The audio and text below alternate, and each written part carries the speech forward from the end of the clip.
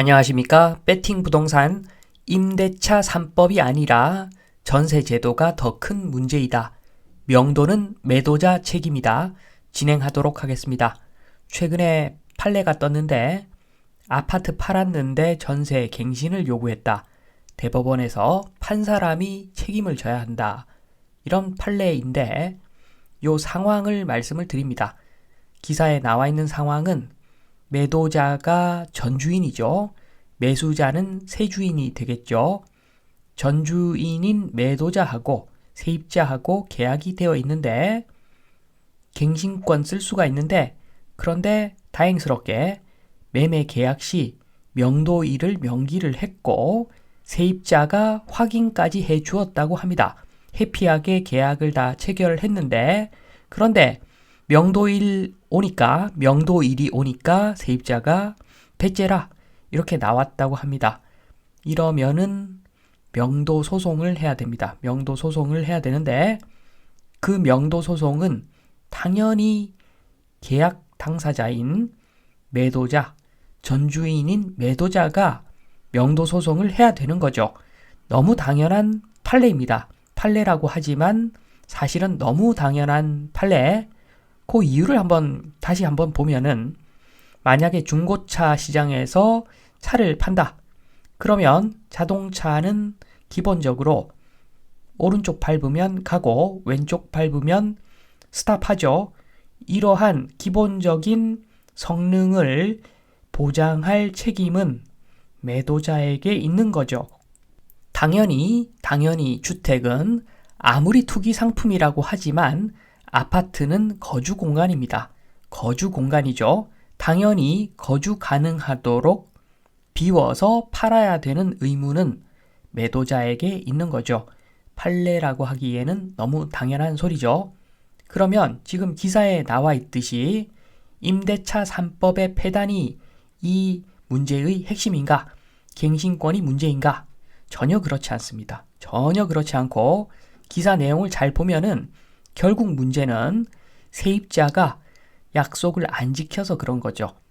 명도일에 배째라 라고 나오니까 어쩔 수 없이 명도 소송을 할 수밖에 없는 그런 상황이 온 것이 문제이지 임대차 3법의 문제라고 하기에는 비약이 너무 심한 거죠.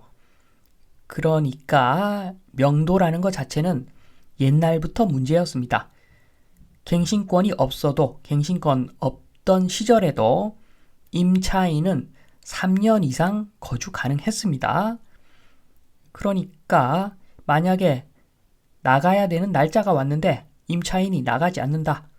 그러면은 어깨들 불러가지고 문 따는 사람 불러서 문 따고 쫓아 보내면 되는 것인가? 아니죠. 그렇게 하면은 범죄입니다. 범죄가 되는 것이고 아무리 집주인이라도 명도 소송을 해서 승소한 다음에 내보내는 것이 절차죠.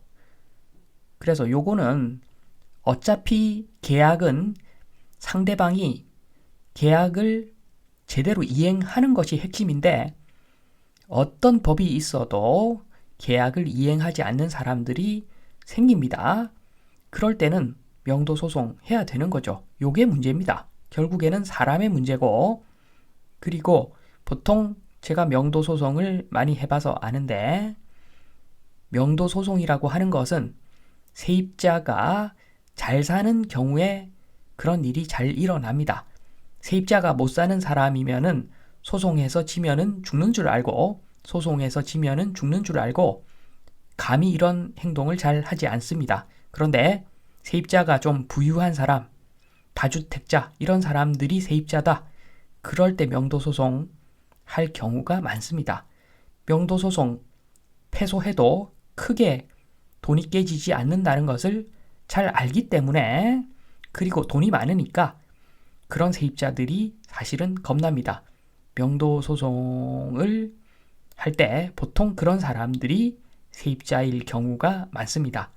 그런데 요거를 좀 크게 제도적으로 한번 보면은 전세 제도가 사실 문제의 핵심입니다.